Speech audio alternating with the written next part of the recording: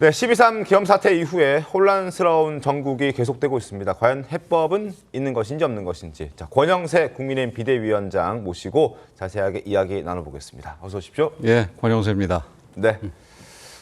자, 방금 보셨듯이 지금 일단 서부지법 폭력 사태에 대해서 여러 가지 좀 말들이 참 많습니다. 국민의힘 내부에서도 여기에 대해서는 어떻게 좀 입장을 정리하고 계신지 좀 말씀. 뭐 저를 포함해서 국민의힘 전체 의원들이나 우리 뭐 당 지도부에서 당연히 이렇게 폭력적이고 불법적인 부분에 대해서는 뭐 단호히 거부하고 그 부분에 대해서는 응분의 그 사법적인 처분이 있어야 된다 이런 생각을 하고 있습니다.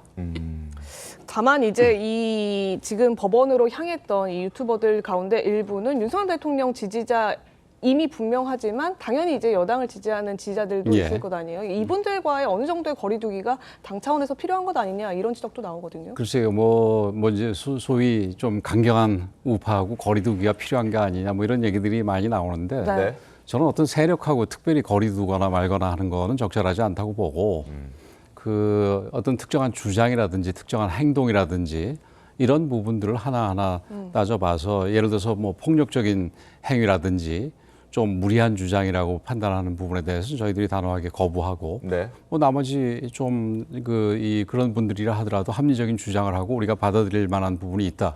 그럼 뭐 당연히 또 받아들이고 그런 식으로 그 유연하게 하는 게 필요하다고 생각이 됩니다. 행위에 대한 부분에 대해서 그렇지요. 잘잘못을 가려야지. 뭐 사람에 대해서 그냥 전체적으로 뭐 좋다 나쁘다 이렇게 판단을 할 게 아니라 네. 그분이 어떤 생각을 하는 부분에 대해서는 그분들 중에서 어떤 생각을 하는 부분은 그건 뭐 저희들이 받아들이기 어려운 부분이고 어떤 부분은 또 저희들이 충분히 참작할 부분이고 이런 식으로 판단하는 게 저는 옳다고 생각을 합니다. 세력으로 뭔가를 재단하기보다는 예. 어떤 메시지나 예. 행동의 의미를 봐서 판단을 그때그때 달리 해야 된다 이런 말씀이신 거죠? 사실 우리 정치가 이렇게 굉장히 극단적으로 흐르는 것도 이게 세력으로 나눠서 이게 좌파와 우파, 진보와 보수 이거는 뭐 절대 모든 면에서 다르다 이런 식의 그 양극화로 가다 보니까 그런 거 아니겠습니까? 네.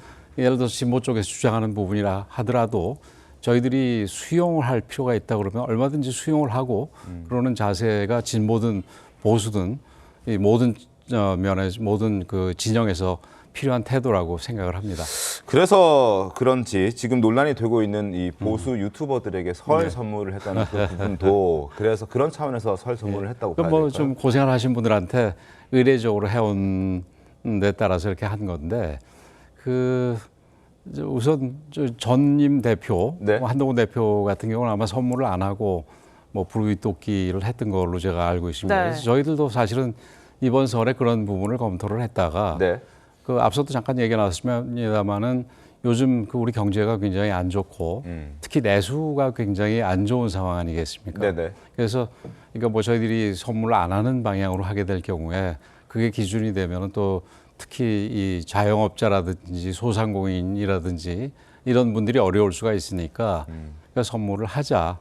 그리고 특히 이번에 이제 무안 내 제주항공 사고로 인해 가지고 그 무안 지역의 어려움이 컸으니까 무안 그 뭐 이 선물한 내용이 무안 특선 김인가 그렇습니다. 네네네. 그래서 그런 부분에 대해서는 이 통상적으로 해오던 선물이니까 그렇게 하고 또 이제 이 민주당한테 고발 유튜브 활동을 하다가 고발당한 분들 같은 경우는 좀 어려움을 겪고 있으니 그분들도 좀 넣자 해서 넣었는데 각자 그렇게 이 선물을 이 지금 선관위가 주장하는 거 외에 이 선물하는 거는 여태까지 관행이었습니다. 제가 알기에 뭐 올해는 모르겠습니다만은 작년에 또 이재명 대표도 그런 식으로 해왔기 때문에 제가 볼 때는 뭐 선관위가 공정하고 현명한 그 결정을 내릴 거라고 생각을 합니다. 뭐 법에 위반 소지가 있다는 그런 논란이 있긴 한데 그 부분 괜찮다는 말씀이신 뭐 거죠? 현명하게 판단할 거라고 생각을 합니다. 다만 이 알겠습니다. 수정한 일부 유튜버들이 선물을 돌려주겠다 지금 예. 이런 목소리 내고 있거든요. 예, 그 뭐 부분은 그런 어떻게 부분들은 그분들의 어떤 그 자유로운 결정이겠지요.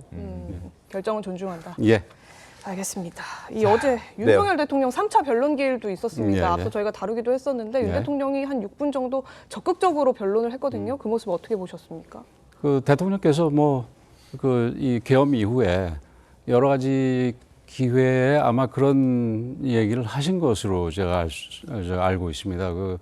이제 뭐 지금 공수처에서는 진술 거부를 하고 있습니다만 네. 그 부분은 좀 얘기가 다른 거죠. 그 부분에 대해서는 공수처의 수사 관할권을 인정하지 않기 때문에 적법하지 않은 수사기관에서는 진술을 안 하겠다 이런 얘기고, 나머지 부분에 대해서는 우리 대통령께서 계엄을 할 수밖에 없게 된 본인 기준으로 보면은 그런 부분에 대해서 적극적으로 얘기를 하시겠다 이런 얘기를 해왔으니까 그런 거에 일환으로 얘기를 하셨다고 저는 생각을 합니다.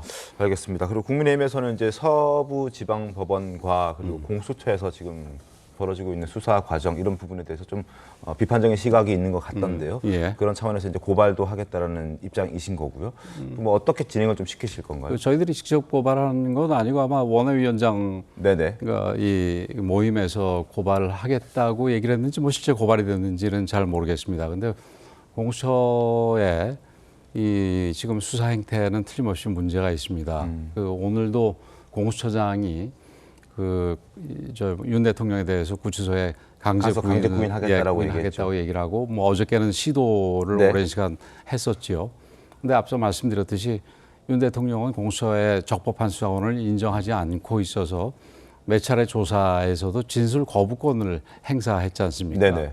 근데 그런 상황을 변하지 않는다라는 걸 빤히 알면서도 또 가가지고 강제 구인을 하겠다라는 얘기는 강제 구인 해봤자 진술 거부할 텐데 아무런 의미가 없음에도 그렇게 하는 거는 우리 대통령을 좀 욕보이는 것 외에 네. 다른 의도가 뭐가 있는지 저는 잘 모르겠습니다. 그러나 이게 실제로 그렇게 대통령에 대해서 욕보이기 위한 행태라면은 그거는 뭐 대단히 잘못됐다 이렇게 생각을 합니다. 알겠습니다. 이 공수처 수사는 그래서 안 받고 헌재 심판 가서 변론을 하겠다. 지금 대통령은 그런 입장이신데 어제 뭐 비상계엄 정보에 대해서 대부분은 사실과 다르다, 아니다 이렇게 부인을 하는 답변을 내놓으셨잖아요. 그 예, 부분은 예. 그 내용 뭐 대통령이 정확하게 어떤 행동을 하셨는지는 저희들도 모르고 아무도 모르는 거니까 뭐 그런 주장과 또 그에 배치되는 다른 사람들의 주장을 종합적으로 판단해서 헌법재판소나 그리고 또 앞으로 법원이 판단을 하게 될 텐데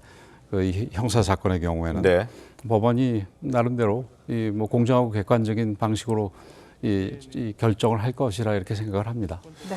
알겠습니다. 자, 그리고 또 하나, 뭐 일단 뭐 인용인지 기각인지 저희가 예단할 수는 없습니다만 아직 시간이 좀 더 걸릴 테고요. 그러나 어쨌든 일단 조기 대선 무드가 좀 있는 그런 상황에서 앞으로 이 윤석열 대통령과의 관계 설정을 국민의힘은 어떻게 해 나가실 건지에 대해서 좀 궁금합니다. 우선 저희 당은 조기 대선에 대해서는 뭐 준비하거나 이러지는 않고 있습니다. 지금 헌법재판관 결정이 이제 막 시작해서 언제 끝날지 모르는 상황에서, 그리고 끝나더라도 그 결론이 어디가 될지를 어떻게 될지 모르는 상황 아니겠습니까? 근데 물론 우리 당이 이제 좀 튼튼하고 국민들의 지지를 많이 받게 하면은 그건 어떤 경우에도 필요한 부분이니까 그런 쪽에는 저희들이 집중하더라도 뭐 우리가 헌재에서 대통령에 대한 탄핵 소추가 인용이 될 것을 전제로 해서 조기 대선을 준비하고 있다 이렇게는 전혀 안 하고 있습니다. 그렇군요. 그 뒤에 질문은 뭐였죠? 두 번째는 윤 대통령과의 관계 관계 설정을 설정. 어떤 식으로 해나갈까요? 그래서 윤 대통령과의 관계 설정 부분에 대해서도 아까 제가 모두에 말씀드린 거하고 비슷한데, 뭐 과거에는 예를 들어서 홍준표 대표 시절에 우리 박근혜 대통령에 대해서 출당 조치를 했던가요? 뭐 그런 일이 있었죠. 그런데 저희는 그런 조치는 생각하고 있지 않습니다. 출당은 뭐 그렇다고 아니다. 해서 우리 윤 대통령의 모든 걸 받아들인다는 얘기는 아니고, 윤 대통령께서 잘하신 부분들에 대해서는 우리가 계속해서 그 잘한 부분을 더 잘할 수 있도록 하고, 그러나 좀 문제가 있었던 부분이라고 생각되는 부분은 저희들이 고쳐서 하면 되는 것이지, 윤 대통령을 과거 박근혜 대통령처럼 그렇게 출당을 시킨다 그래서 그게 절연이 되겠습니까? 그래서 그런 부분은 좀 저는 이렇게 자기적으로 뭐 절연하려고 그런 모습을 보이고 이런 거는 적절하지 않다고 봅니다. 왜냐하면 이제 국민의힘이 앞으로 탄핵의 강, 이른바 탄핵의 예. 강을 어떻게 넘길 것이냐, 이 전략이 조금 궁금해서 그런 거거든요. 그 탄핵의 강을 넘길 때 저희들이 내용적으로 예를 들어서 탄핵 뭐 전에 있었던 잘못된 정책이라든지 잘못된 행태들을 고침으로써 넘어가야지. 네. 그 주인공이 된 한두 분에 대해서 무슨 뭐 이렇게 배제를 시켜가지고 탄핵의 강이 넘겨지는 것은 아니라고 생각합니다. 알겠습니다. 그리고 또 하나 요즘 눈여겨보고 있는 부분이 바로 이제 지지율입니다. 예. 국민의힘 지지율이 굉장히 많이 올라가고 있고 그리고 추세가 계속된 상승 예, 예. 추세거든요. 이 부분은 어떻게 좀 보고 계십니까? 특히나 이제 공교롭지만 비대위원장 되시고 난 다음부터 시점이 그렇게 올라가기도 하던데요. 그게 공교롭지 않았으면 좋겠습니다. 근데 사실은 그 지금 공교롭다는 말씀을 쓰셨는데 저희들이 뭐 잘해서라기보다는 네.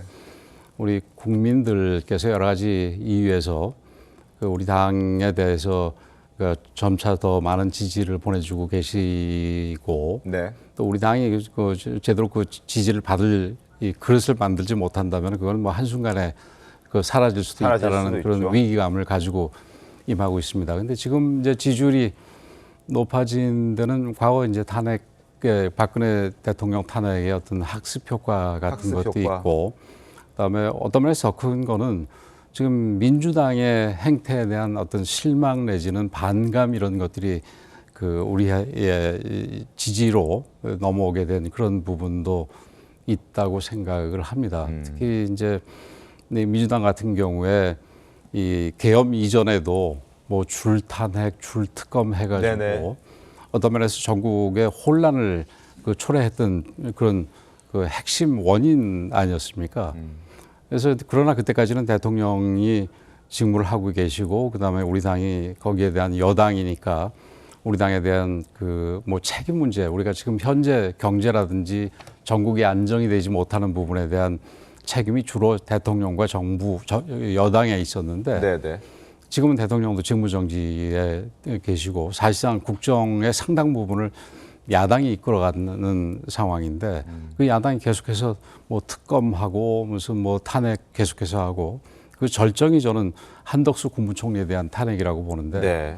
안 그래도 이 정부 전체가 힘들어서 바깥에 어려운 국제사정하고 더해서 우리 경제나 민생이 어려울 수가 있는 상황에서 이 대핵마저 탄핵을 해버리는 데 대해서는 우리 국민들이 야당에 대해서 굉장히 큰 이 반감이 걱정과 있을 것이다. 반감을 가지게 됐다 이렇게 생각이 됩니다. 그래서 그러니까 야당 주도로 국정과 또 의회가 굴러가는 모습을 국민들이 결코 좋게 평가하지 않는다. 그렇죠. 야당의 그런 국회 활동에 대해서 예, 좋게 그렇습니다. 평가하지 그리고 않는 지표다. 조금 전에도 이 지역화폐 네. 얘기가 나왔습니다만은 그 우선 뭐 작년에 이 예산이 결정되는 과정에서 이 민주당에서는 지역화폐가 들어가지 않았다는 이유로 뭐 엄청 우리 예산을 깎았지 않습니까? 네.